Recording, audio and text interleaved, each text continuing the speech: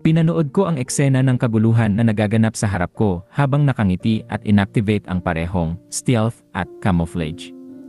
Nawala ako sa paningin ng lahat ng mga ngaso at pinanood ang eksena habang ganap na protektado ng maraming defensive skills na nagtatanggal ng anumang spell na aksidenteng tumama sa akin. Ang mga manonood ay sumisigaw ng may pagkabaliw habang pinapanood nila ang madugong laban sa ibaba, humihingi ng mas maraming dugo sa tuwing may nahuhulog. Unti-unting nagsimulang gumalaw ng buong lakas ang mga rank by hunters. Ang mga nakakapinsalang kasanayan ay nagsimulang lumipad. Ang grupo na aking sinisid sa Mangrove Swamp ay pawang malayo sa isa't isa na nakikipaglaban sa kanilang sariling mga laban, ngunit ang isa sa mga mage ay natumba na. Sa gitna ng atensyon ay isang hunter na may hawak ng dalawang bilog na kalasag na ang katawan ay naliligo sa gintong liwanag. Itinulak ng knight na ito ang lahat ng pag-atake at mga mangangaso na lumapit sa kanya gamit ang mga pagsabog ng puting liwanag sa sandaling lumapit sila. Maraming hunters ang nahuhulog dahil lamang sa kanya. Sa kabilang panig ay isang babaeng may hawak ng pana na nagpapaputok ng mga nag-aapoy na palaso at lubhang sinasaktan ang mga hunters na tinamaan. Pinanood ko ang lahat ng ito habang iniiwasan ang anumang mga mangangaso na nagmamadali at sinisipsip ang mga ligaw na pag-atake nang hindi napapansin ng anumang mangangaso. Nagpatuloy ang madugong laban hanggang sa karamihan sa mga rank si hunters ay natumba. Natitira ang 9 na rank by hunters sa sahig ng arena na taimtim na nagtitigan sa isa't isa. Ang isa sa kanila ay hindi na nakayanan at sumigaw habang sumusugod sa isa pang hunter na pinakamalapit sa kanya. Nagsimula ang isa pang rambulan, habang ang hunter na may hawak ng dalawang bilog na kalasad ay patuloy na itinutulak ang anumang kasanayan at umaatake gamit ang mga pagsabog ng puting liwanag. Mula sa hunting squad na kilala ko, ang berserker lamang na may nag-aapoy na espada ang nagpatuloy, ang buong katawan niya ay nababalot na naman ng apoy habang kinakalaban niya ang dalawang iba pang hunters ng mag-isa. Ang iba pang mga miyembro ng team ay natumba o nakaupo dahil sa sugat. Nakatagpo ako ng medyo malayo na lugar sa arena palayo sa laban na may maraming rank si hunters na natumba o nahihirapan at umupo habang patuloy na pinagmamasdan ang laban. Ang layunin ko ay gumawa ng kaunting trabaho at talunin ang huling nakatayong hunter na dapat ay pagod na para madaling makuha ang rankless skill na ito.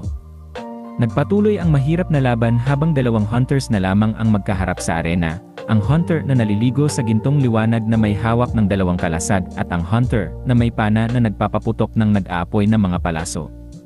Ang kanilang pagtitigan ay nagpapataas ng anticipation sa mga manonood habang patuloy ang mga hiyawan.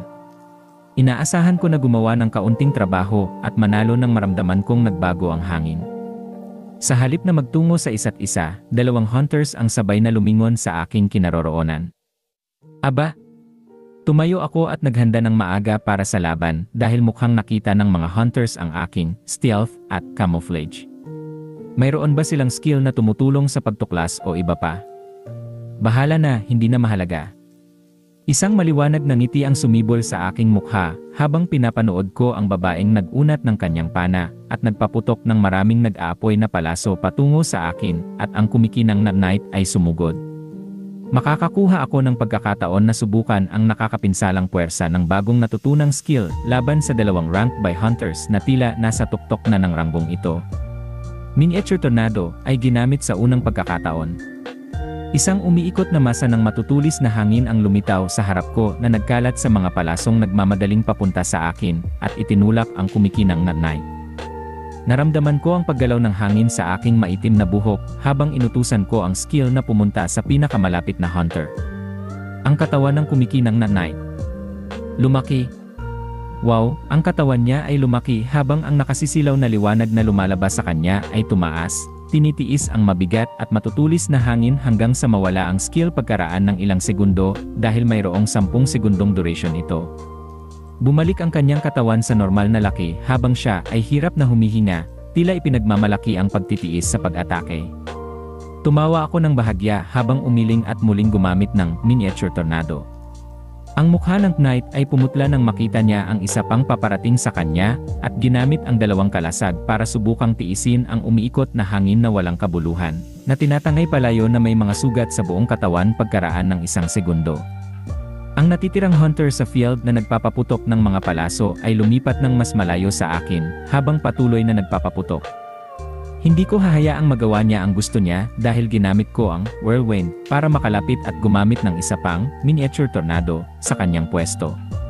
Ang mabilis na umiikot na hangin ay nagpabagsak sa Hunter, nagdulot ng malubhang pinsala sa baluti at balat sa ilalim nito. Ang puwersa ay tuluyang nagpabagsak sa kanya sa mga dingding ng arena.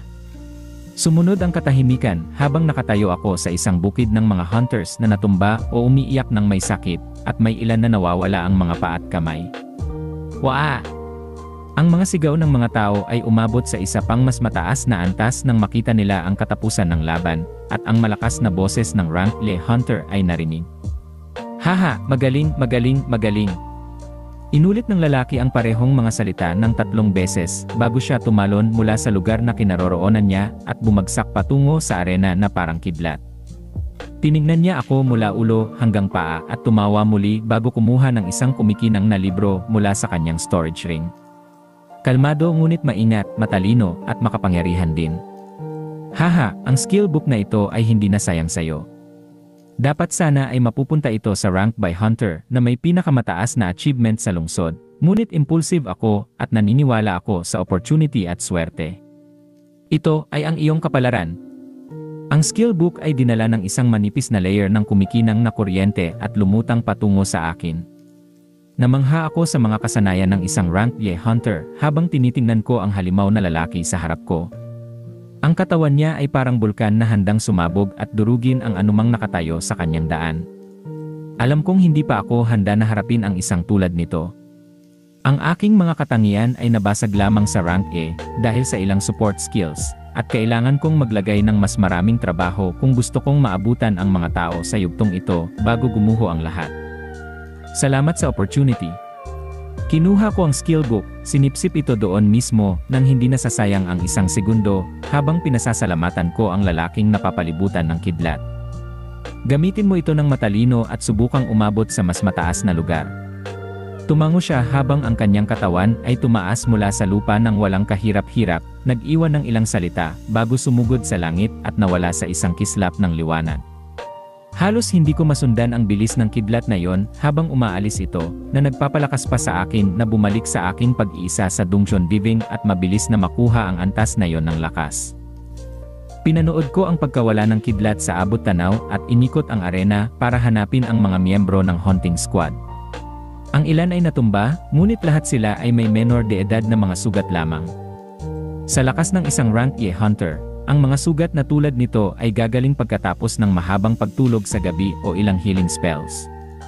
Kumalma na ang mga tao habang bumangon at umalis ang mga natumbang hunters sa arena. Nagpaalam ako sa mga hunters na nakabangon na at umalis. Ang buong atensyon ko ay nakatuon sa pagpapalakas sa pamamagitan ng pag-aani sa mga dungsyon hanggang sa ang lakas ng rank Lee ay hindi na malayo sa akin. Nadaanan ko ang masikip na exit na may mga taong nagmamadali at lumabas ng Coliseum, bumalik sa military complex. Pagkatapos dumaan sa lahat ng checkpoints, hindi ako bumalik sa living quarters at dumiretso sa mangrove swamp. Ang lakas ay nirerespeto sa lungsod na ito, hindi ko plano na magtago sa mga anino ng matagal.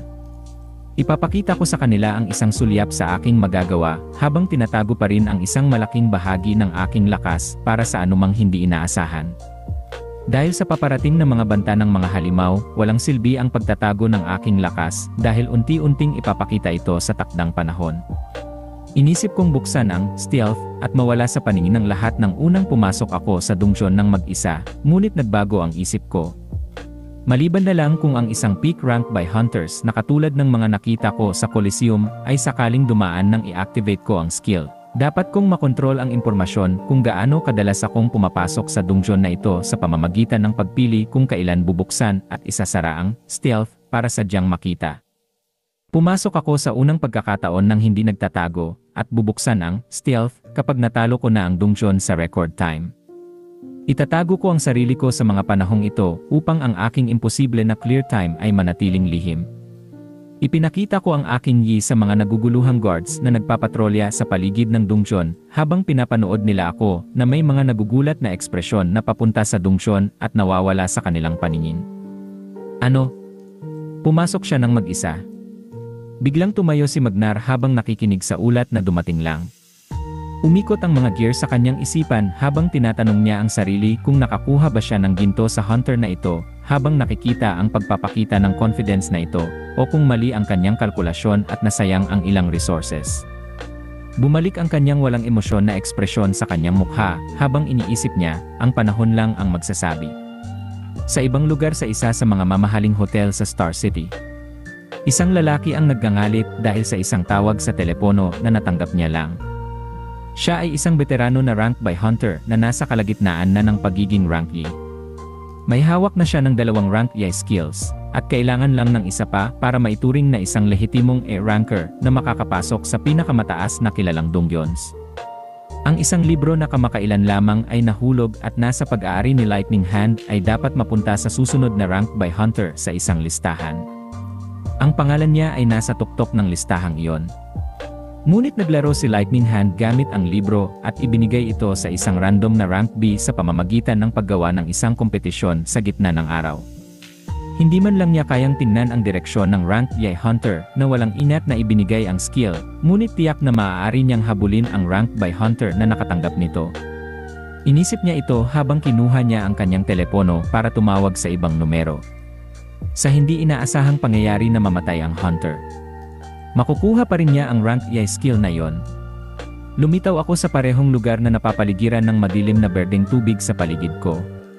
Ang pagdagsa ng mga buwaya ay nararamdaman na sa sandaling pumasok ako. Sa pagkakataong ito, wala nang mga laro ng pagpapanatili ng isa na buhay para magpahinga o mag-relax. Bumitiw ako ng isang nakakalokong ngiti habang naghahanda na magsimula. Ito ay magiging isang patuloy at walang humpay na laban hanggang sa huli ng walang nasayang na segundo.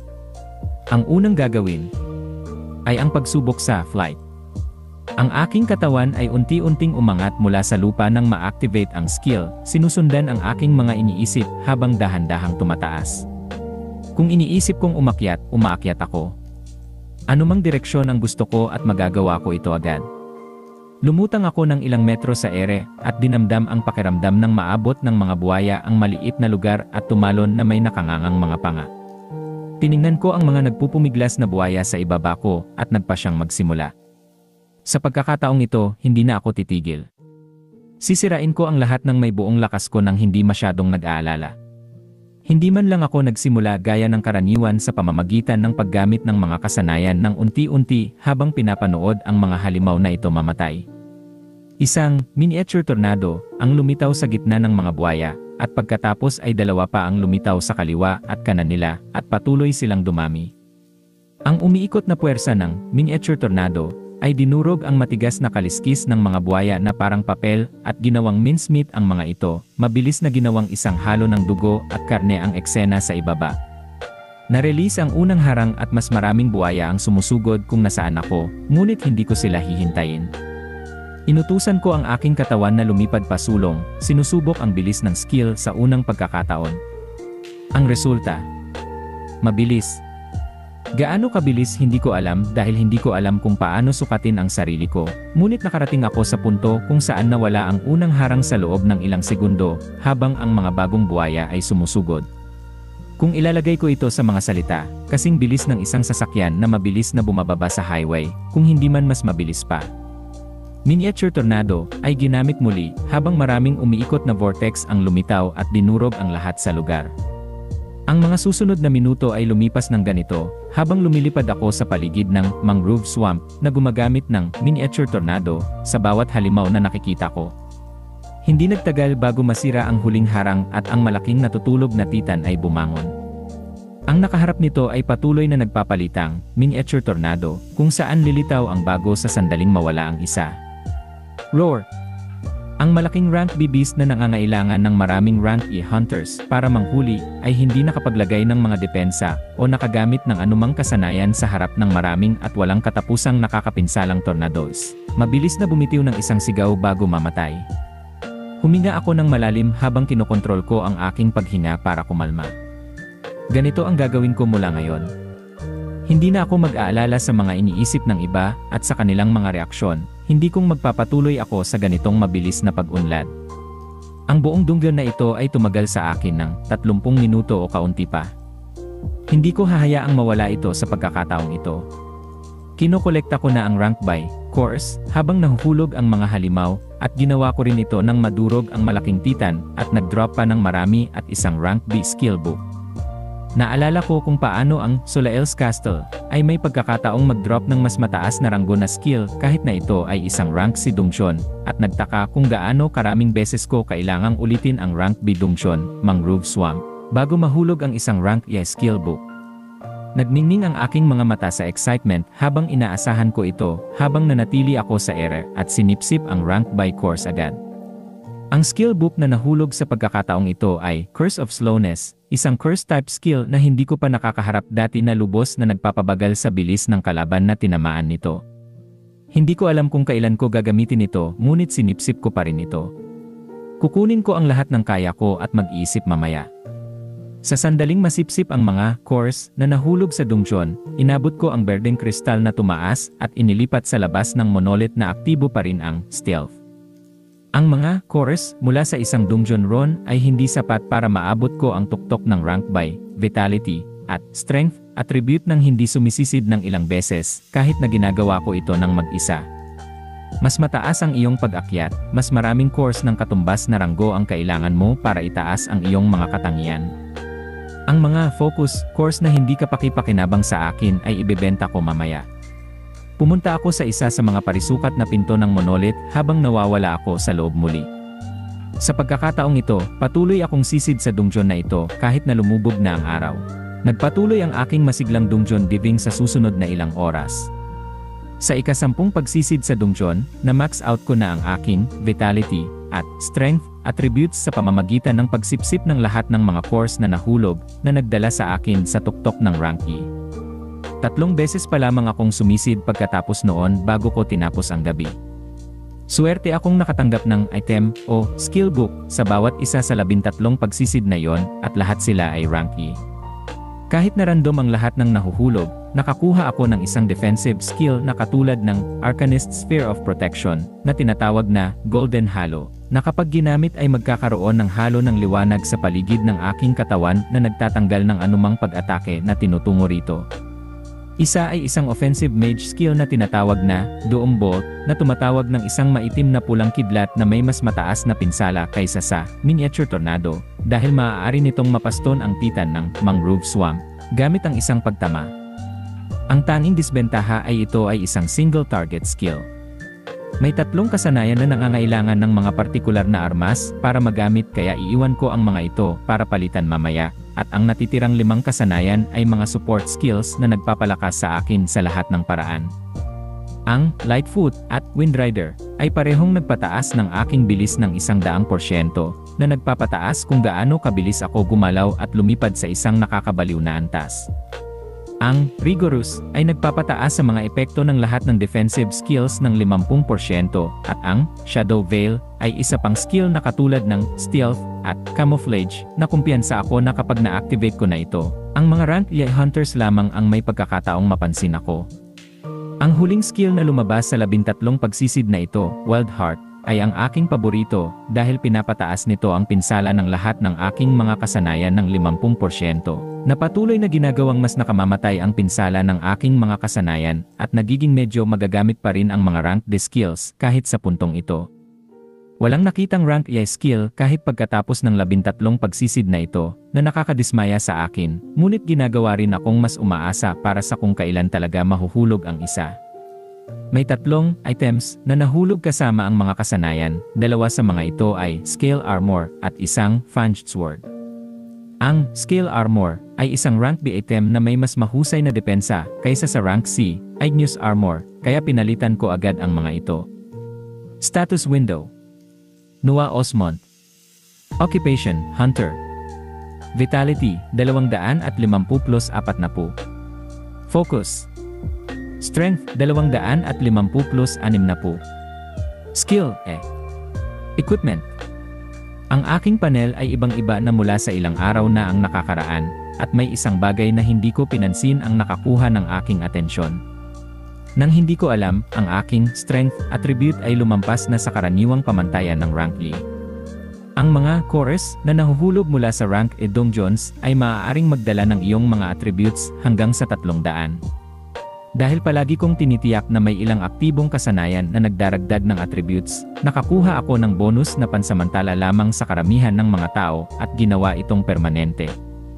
Dahil dito, ang aking Vitality attribute ay malapit na sa 300 cap at ang Strength ay lampas na dito na may 310 kahit bago ko pa masipsip ang anumang rank E course. Ang pag-iisip lamang nito ay nakakatuwa dahil nahabol ko na ang mga rank E hunters. Kahit na halos wala akong rank E skills at items. Ang pagkadismaya sa hindi pagkuha ng anumang rank E skills mula sa unang araw ng pagmamadali sa dungeon ay nawala habang naramdaman ko ang nadagdagang lakas at puwersa ng aking katawan. Lumipat ako palabas ng dungeon sa ikatlong pagkakataon ngayon habang hindi nakatago at nakatanggap ng isang standing ovation mula sa mga sundalo na nagsimulang magtipon sa sandaling linisin ko ito ng mag-isa at lumabas. Pagkaraan ng 2 oras. Isang malaking bagay ito sa hukbo dahil ito ang mga bagay na maaari lamang gawin ng mga nakatayo bilang rank E hunters at epektibong nakapanig na sila sa isang taong tulad nito. Lumabas si Vice Admiral Magnar mula sa maraming sundalo at tiningnan ako na may mahirap basahin na ekspresyon at pagkatapos ay sinabi, "Minamaliit kita, humihingi ako ng tawad." Tinawanan ko ang paghingi ng tawad ng Vice Admiral at kinuha ang dagdag na Scale Armor at Fange Sword, kasama ang isa sa mga rank B skill book na hindi ko ginamit na nahulog sa dungeon. Napakasama ng swerte ko at nakatanggap ng mga luot na hindi bagay sa akin sa 3 dungeon runs na ito. Pinagpatuloy ko ang pagsisinungaling at plano kong ibenta ang mga ito sa militar, o mas mabuti pa, palitan ang mga ito para sa mga kasanayan na gusto ko mula sa kanilang inventaryo. Tiningnan ng Vice Admiral ang mga item at skill na may nagpapasalamat na ekspresyon bago dumilim ang kanyang mukha. "Nagpapasalamat ako na napunta ka sa ating lungsod at nag-aambag na sa dahilan ng husto hanggat maaari, ngunit mukhang nagdulot lang kami ng problema sa iyo." Nagulat ako sa mga salita ng Vice Admiral at nagtanong, ano ang nangyari? Tiningnan niya ako saglit bago bumuntong hininga at nagpatuloy, "Isang deathmatch ang inisyo at nakumpirma na sa pagitan mo at ni Hunter Andrei Nikolaev. Bukas ang takdang petsa para sa laban." Ano? Isang lubos na sorpresa ito dahil ito ay isang bagay na hindi ko naisip na masasangkot ako. Ang mga deathmatches ay itinatakda sa pagitan ng mga high-ranked hunters na may hindi maayos na mga pagkakaiba. Ayaw ng imperyo na maging isang ugali para sa mga peak hunters nito na patayin ang isa't isa, kaya ang mga deathmatches ay ininstituto kung ang dalawang hunters ay nasa isang punto kung saan ang tanging paraan upang malutas ang kanilang mga problema ay ang makipaglaban. Ang bagay na ito ay dapat seryosohin, kaya bago ma-issue ang laban, ang dalawang hunters ay dapat sumang-ayon na isapanganib ang kanilang buhay. Doon lamang makukumpirma ang laban. Kaya bakit may kumpirmadong laban na kinasasangkutan ko na wala akong alam? Nakita ang aking galit na ekspresyon, tila nakumpirma ng Vice Admiral ang isang bagay. Narinig ko ang nangyari sa The Coliseum ngayon, tila nagmula roon ang problema. Si Andrei, ang anak ng Admiral Chekhov ng The Blessed Empire, ang susunod na makakatanggap ng rank E skill na inililipat ni Lightning Hand. Mabilis na nagsimulang mag-click ang mga bagay pagkatapos marinig ang lahat ng ito. Naiinis pa rin ako at nagtanong, kaya dahil anak siya ng isang admiral, maaari niyang targetin ang ibang tao, tumawag para sa isang laban, at lampasan lang ang mga alituntunin ng death matches. Yumuko ang general na may paghingi ng tawad na tono habang nagpatuloy siya. Hindi nila maaaring hawakan si Lightning Hand para sa kanyang mga ginawa maliban kung gusto nilang magdulot ng away sa pagitan ng mga peak powers ng imperyo. Kaya ang pag-target sa iyo ang pinakamadaling gawin nila. Kaya kailangan kong humingi ng tawad sa iyo. Ang pagdadala ko sa iyo sa Star City ay hindi sinasadyang inilagay ka sa gitna nito. Inisip ko ang bagong sitwasyon na ito at pagkatapos ay nagtanong, kaya ano ang mangyayari kung dadalo ako sa deathmatch bukas at ang ibang lalaki ay mamatay? Medyo kumpiyansa ako sa aking lakas at hindi ko planong matalo sa isang taong dapat ay hindi parangli. Ang kinakatakutan ko ay ang mga repercussions nito. May mahirap na ekspresyon sa mukha ng Vice Admiral habang wala siyang sinabi. Tiningnan ko ito at ang mga sundalo sa paligid ko na nakikinig at nakita ang galit at pagsuko sa kanilang mga mukha. Para sa kanila, ako ay isang malakas na hunter na nagsimulang linisin ang mangrove swamp ng mag-isa ng maraming beses sa isang araw. Ibig sabihin nito ay mas maraming resources ang dadaloy sa kanilang departamento. Gayunpaman, ang hunter na ito ay aalis na. Walang kailangang magsabi kung ano ang mangyayari kung ang anak ng admiral ng imperyo ay papatayin sa araw, kahit na sa isang arena match. Wala sa kanila ang nakakita ng paraan para makalabas ako dito. Muling umalinggaw ang boses ng Vice Admiral. Marami akong tumawag sa mga kaibigan at mga higher-ups, ngunit wala nang gumana. Si Admiral Chekhov ay may maraming tao sa mga higher-ups at malakas ang kanyang impluensya. Ang laban ay hindi na mawawala. Ang hindi magpapakita ay mablacklist din. Tumango ako rito at tumawa para mapagaan ang tensyon. Haha, walang kailangang maging malungkot. Hindi pa natin alam kung sino ang mabubuhay bukas. Sabihin mo sa akin ang tungkol kay Andrei Nikolaev. Pinawi ng Vice Almirante ang pagtitipon ng mga sundalo at dinala ako pabalik sa kanyang opisina para ipagpatuloy ang usapan. Si Andrei Nikolaev, anak ng isang almirante, ay malapit ng maging ranggo, may dalawa na siyang kakayahang ranggo, at isa na lang ang kulang. Ngunit ang tiket para maging isa sa pinakamakapangyarihan ay ibinigay na sa iba, kaya ginagamit niya ang kanyang koneksyon para mabawi ito. Handa akong lumaban at talunin siya para makuha ang isa sa kanyang kakayahang ranggo, Ngunit iniisip ko rin ang mga kahihinatnan. Tumingin ako sa general at nagtanong, ano ang mangyayari kung mamatay si Andrei Nikolaev? Mabilis siyang sumagot, ang buong galit ni Almirante Chekhov, kasama ang libu-libong sundalo sa ilalim niya, at siya mismo ay isang ranggo na hunter. Oh, tanong ko. Dahil kailangan nating tipirin ang ating lakas, mahalaga ang mga ranggo na hunter. Hindi dapat magkaroon ng labanan sa pagitan nila. Tumango ako. Kung ganoon, wala tayong problema. Kung may kapangyarihan akong maihahambing sa ranggo, kaya kong harapin ang anumang hadlang. Kumislap ang mga mata ng Vice Almirante. Kung ganoon, may isa pa akong maaaring tawagan na makakatulong sa paghawak ng mga kahihinatnan. Natapos ang usapan at umalis ako, dala ang folder na may karagdagang impormasyon tungkol kay Andrei Nikolaev. Kakain lang ako, pag-aralan ang mga kakayahang nakuha ko ngayon, at maghahanda para bukas. Wala akong takot sa maaaring mangyari. Napagtanto ko kung gaano na ako kalayo sa napakaikling panahon. Ang mga almirante ang pinakamakapangyarihan, at ngayon ay nasa posisyon ako na maaaring kaharapin ang isa sa kanila. Habang kumakain, iniisip ko ang mga posibleng senaryo. Dahil sa mga kakayahang lagi kong pinapanatili, tumutugma na ang aking katangian sa mga ranggo Kasama na rito ang mga kakayahang nagpapalakas sa aking depensa, bilis, at atake. Mayroon din akong Arcanist Sphere of Protection, at ang bagong Golden Halo. Kahit wala pa akong totoong nasubukan, duda ako na may ranggoyi na makakabutas sa aking depensa. Baka bahagya lang akong masugatan sa atake ng isang ranggo na hunter. Ang tatlong ranggo na kakayahan bago maging opisyal na ranggo ay para masigurado ang lakas. Nagpatuloy ang pagbuo ng mga plano sa isip ko at napanatag na ako. Pero hindi ko hahayaang maapektuhan ang aking tulog at natulog na ako. Sa kalangitan ng imperyo, isang magandang babae na may gintong buhok ang nakahiga sa isang dambuhalang lumilipad na halimaw. May nakakaakit na ngiti sa kanyang mukha. Si maliit na Magnar ay tinutubos ang isa niyang pabor para sa isang umaangat na hunter. Sino ka nga ba at nakuha mo ang atensyon ng isa sa kakaunting matinong tao sa imperyo? Isang veteranong ranggo na hunter siya, malapit na kay Steel Mikhail. Papunta na siya sa Star City. Umaga na. Kumalat na ang balita tungkol sa isang deathmatch sa Coliseum. Ang dalawang hunter ay may ranggo na kakayahan, kaya nasa bingit na sila ng pagiging opisyal na ranggo Ang mananalo ang magiging bagong ranggo na hunter sa Star City. Punong-puno ang Coliseum. Ang mga hindi makakapanood ng personal ay tumutok na lang sa Isa sa mga lalaki ay si Andrei Nikolaev, anak ng isang almirante. Ang isa naman ay si Noah Osmond, isang bagong sibol na hunter na walang tala. Lumabas ang balita na kayang-kaya nitong mag-isa ang ranggo na mga dungsyon, pero hindi pa ito kumpirmado. May ilang magkakaibigan na nanonood ng live feed at nakikinig sa mga komentaryo. Bakit nyo pa pinapanood ang laban na ito? Alam naman natin na palabas lang ito, sabi ng isa. Hoy! Hindi mo kasi napanood ang Free for All kahapon. Pinatumba niya ang Golden Tank at ang Flaming Witch na parang walang kahirap-hirap. Haha, imposibleng makadikit kay Andrei ang isang random na nobody. Sana tumagal ang laban. Umiling ang kaibigan. Wala pa ring nagbago mula nang magsimula ang apokalipse. Nakatakda na ang laban. Nabatid na ito ng mga tao sa buong imperyo. May mga walang pakialam, may mga galit, at may mga tahimik na naghihintay.